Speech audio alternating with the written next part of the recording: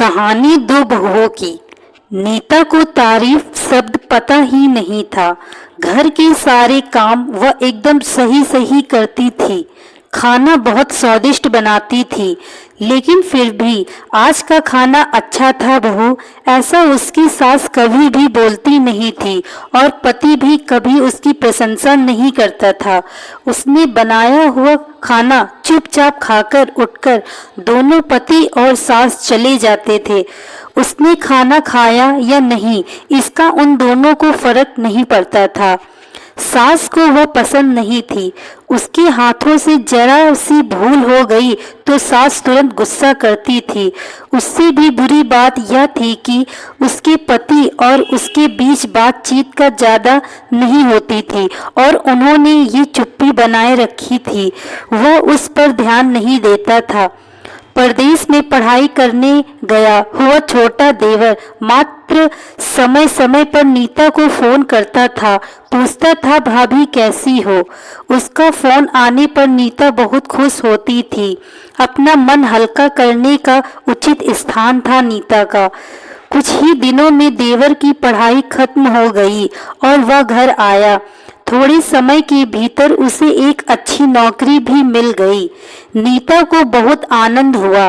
नौकरी लग जाने के बाद उसकी सास अपनी छोटी बेटे की शादी के लिए बातचीत करने लगी, पर देवर को एक भी लड़की पसंद नहीं आती थी। इसने ही बोला होगा उसे मना करने को। सोचकर सास नीता को ही दोष दे रही थी। नीता को चिंतित देखकर देवर ने अपनी माँ से कहा, मैं एक लड़की से बहुत प्यार करता हूँ, मैं उसी से शादी करूँगा। उसने जिद की। देवर जी, यह बात पहले बतानी चाहिए थी ना। नीता ने ये बात अपने पति के कान पर डाली।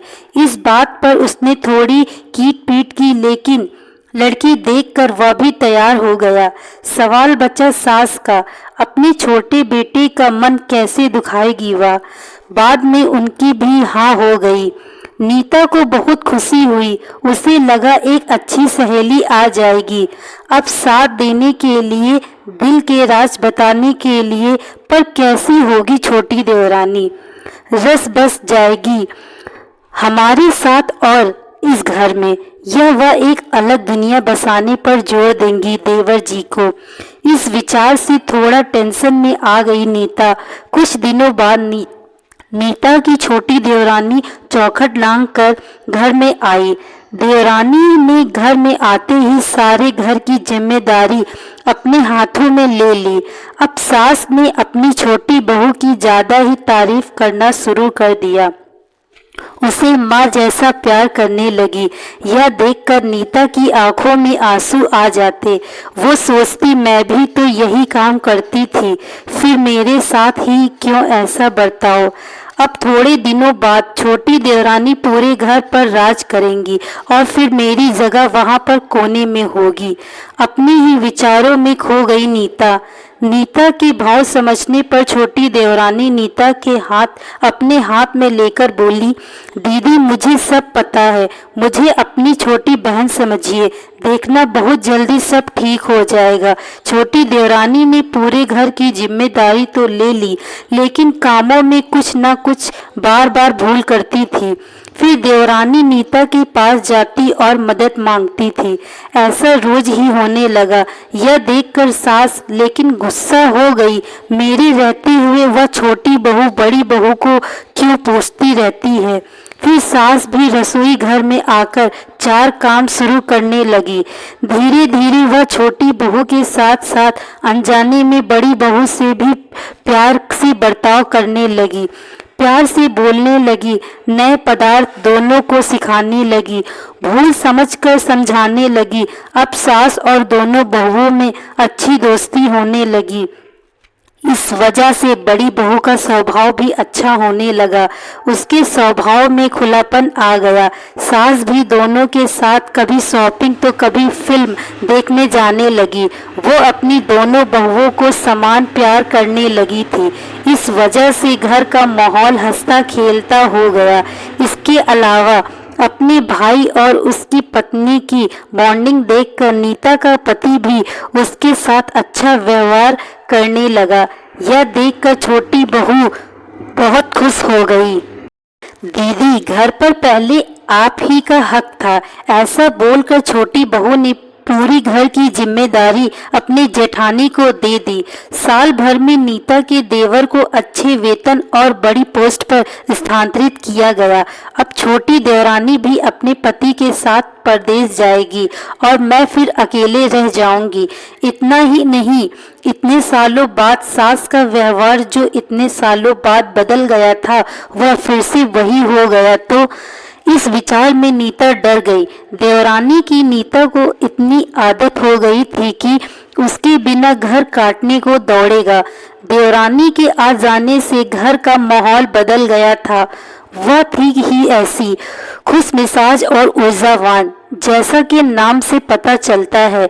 यहाँ देवरानी की हालत भी कुछ अलग नहीं थी। उसे दुख हुआ कि यदि यहाँ रहना पड़ा तो उसे अपने पति से दूर रहना पड़ेगा।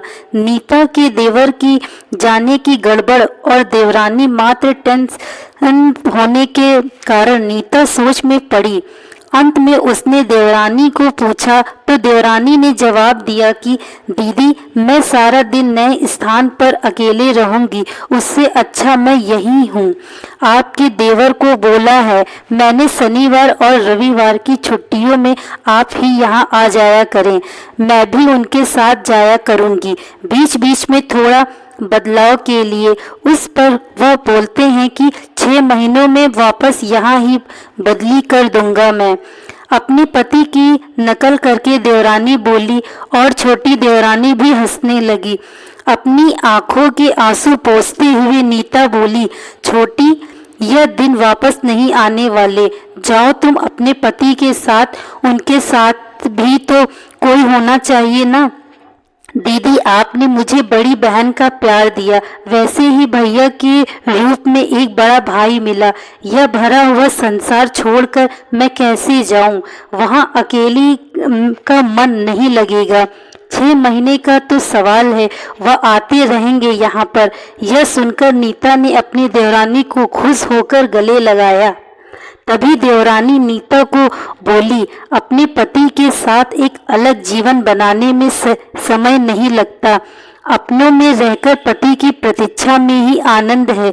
दोस्तों, 2 अलग अलग घर और ससुराल से आने वाली यह लड़कियां अपने नए घर के लिए सब कुछ करती हैं। पता ही नहीं चलता कि कब एक दूसरे की आदत हो जाती है। सच में देवरानी जेठानी का रिश्ता बहनों से कम नहीं होता। कहानी अच्छी लगी